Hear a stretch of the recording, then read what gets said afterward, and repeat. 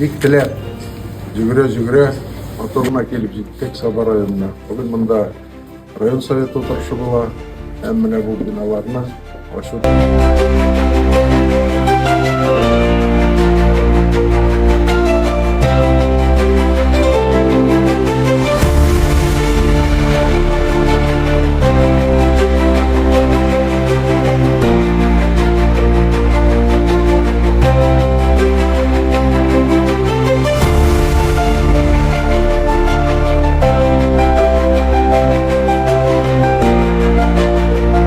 Şunda yana binalar açıp, balalar açıp, gelecek.